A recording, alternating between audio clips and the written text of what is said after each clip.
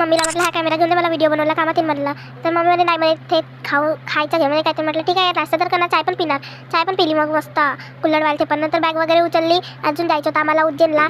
का बघा कशा नावाने बोलवते भाई मला. छय्या, इश्रिया, श्रेया माझ्या नावाच्या धज्जा उडलाय माझ्या. बघा आमच्या कालचा चोरलेला आरसा, दुसऱ्या रूम मधला आरसा. जाऊ द्या, ज्याचा असेल तो नेत बसेल.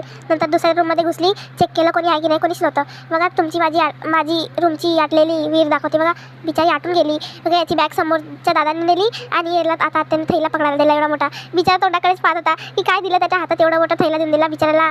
हे बघा राणी झोपून होती, किती मोठी राणी होती. तिला पेडिग्री चारू मोठं केलं होतं वाटते. नंतर मी नोटीस केलं की माझा चेहरा अजून हिचा चेहरा सेम दिसत होता आणि कलर पण सेमच होता वाटते. टी शर्टचा कलर आणि माझा कलर. म्हणजे इतकी क्यूट होती ना. तिला जवळ बोलवता येत होती, एवढी शांत होती माझ्या बनीसारखी. अशी लोकांवर भूकत नव्हती, पण हे पण क्यूट होती. नंतर आम्हाला भूक लागली. तर म्हटलं दादा चल, म्हटलं लवकर भूक लागली. म्हटलं त्याने पाण्याची बॉटल पण आणली सोबत. चल पटपट आम्ही बडबड करत समोर गेलो. मग एवढ्या शांत जागेवर बसलो, काय मस्त मजा आली. बघा इकडे पन्नीवर आम्ही चिवडा बनवला, कारण आमच्याकडे प्लेटा नव्हत्या, होत्याच नाही त्या. कुठे आम्ही घरी विसरलो, तर सगळं आणलं, तर फक्त प्लेटा विसरलो आम्ही. नंतर आम्हाला भूक इतकी लागली होती की आम्ही 2 बोटं दाखवून लोकांना चिडत होतो आम्हाला भूक लागली म्हणून. आमचं ते साईन होतं एक 2 बोटाचं. तू मेरे से प्यार करती है या नहीं करती, ये बता दे तू बस. नहीं, मैं तेरे से लास्ट बार पूछ रहा हूँ, तेरा मेरे से प्यार है या नहीं. वहिनीसोबत बोलत होता की दुसऱ्या पुरुषात. म्हटलं दुसऱ्या पुरुषात जर बोलला ना तर वहिनीलाच सांगते. नंतर भाऊजीने तिकीटचा हारच आणला होता गळ्यात घालून. नंतर आम्ही किल्ल्यावर गेलो होतो. किल्ला होता की महलमध्ये गेलो होतो. दादा आमचा गाईड बनला होता. आमच्या गाईडच संपले होते आमच्यासाठी. बघा फॉरेनर लुटते म्हटलं त्यांना चांगलं. हे इकडे तिकडे मला काही समजत नव्हतं काय कुठे होतं काही. फक्त एवढे दिवाळी बुलबुल यासारखं होतं ते. इकडून निघालं का तिकडून घुसलं बाई.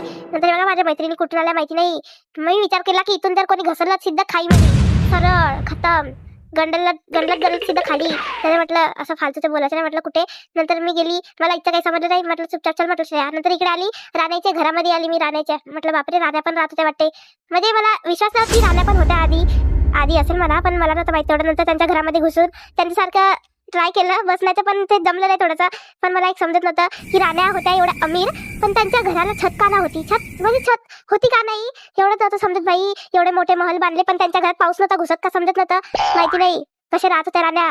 शाळेत त्या बाल्कनीच्या अंदर जाऊन लपत होत्या की काय झाल्यावर. नंतर ते बघा तिथे ओव्हरफ्लो झाला, पाईप बिचारा फुटून गेला. नंतर दादासोबत बडबड करत गेली.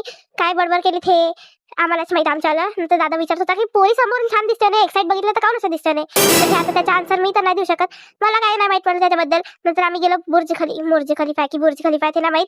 इथे माहिती लिहून होती कशाची तरी. तर हे बघा हे बघायला गेलो आम्ही. इकडे दगड पडले होते. म्हटलं थांब उचलून देतात एकेकाला.